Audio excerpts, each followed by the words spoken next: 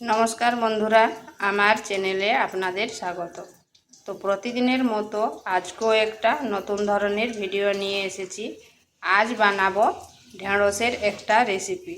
এটা গরম ভাত, রুটি, পরোটার সাথে খেতে দারুণ লাগে। তো চলুন দেখে নেওয়া যাক আমি কিভাবে এই রেসিপিটা রান্না করি। এখানে নিয়েছি ঢেঁড়সগুলোকে প্রথমে ধুয়ে করে তারপর কেটে নিয়েছি। ঠিক এইভাবে কেটে নিয়েছি। কড়াইতে দিয়ে দিচ্ছি তেল।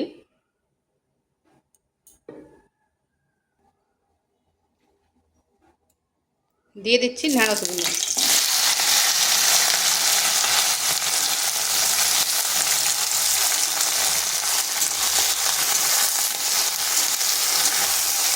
প্রথমে ঢেঁড়সগুলোকে একটু ভেজে নেব।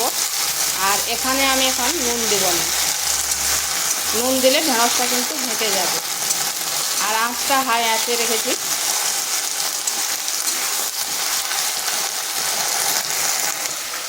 এখানে একটা মশলা করে নেব।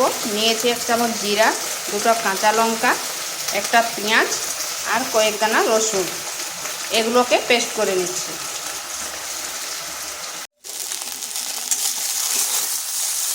ঢেঁড়সটা ঠিক এইরকম ভাজা হয়েছে। এরপর দিয়ে দিচ্ছি পরিমাণ মতো লবণ আর হলুদ গুঁড়ো।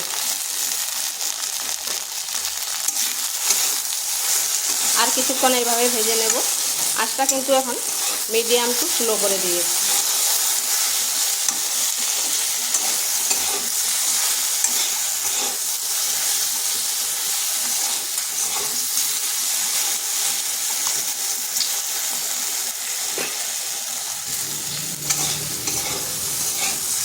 মিনিট 2 এইভাবে ভেজে নিলাম। এরপর দিয়ে দিচ্ছি মশলাটা আর লঙ্কার গুঁড়ো। ঝালটা অবশ্যই নিজেদের আন্দাজ করে দেবেন, কারণ এখানে আমি কাঁচা লঙ্কা ব্যবহার করেছি।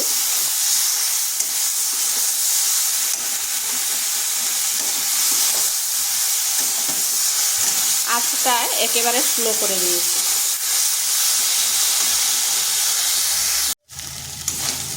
এখানে কোনো রকম জল ব্যবহার করিনি।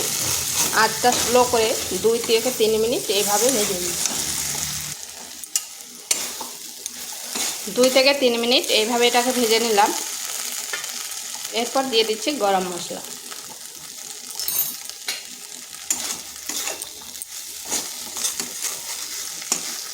এইভাবে একবার ঢেঁড়সের রেসিপি করে দেখতে পারেন। এটা ভাত, রুটি, পরোটার সাথে খেতে দারুণ লাগে।